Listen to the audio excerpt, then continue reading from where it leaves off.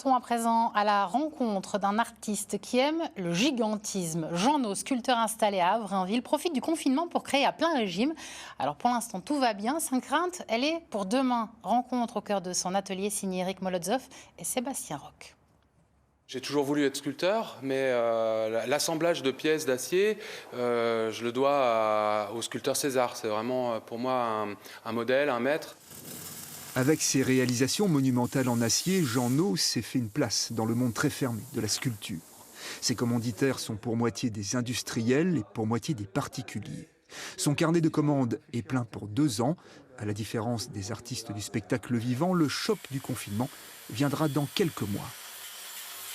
Il ne faudrait pas tomber dans le travers de penser que nous, on va bien, parce que c'est dans 1 an ou dans 2 ans qu'on va être en grande difficulté, puisqu'on n'aura pas pu montrer nos œuvres, pas pu échanger avec le public, et ça, c'est très angoissant finalement. Donc je crois que dans sa globalité, le monde de la culture, il va souffrir, et il souffre déjà, mais il va souffrir dans tous les domaines.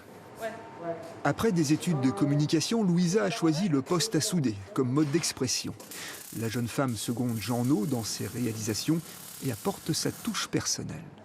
Moi j'aime bien travailler sur les animaux, beaucoup, parce que du coup ils sont, surtout les gorilles, parce qu'ils sont très humains. Et en fait chaque pièce est différente et chaque pièce amène une position, une attitude différente. Et du coup on recherche à chaque fois des nouvelles attitudes, expressions, etc.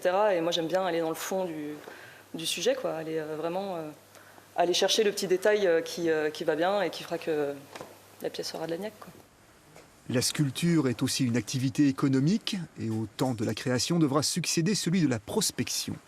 Jean et Louisa espèrent sortir bientôt de l'atelier pour exposer leurs œuvres et aller à la rencontre de nouveaux commanditaires.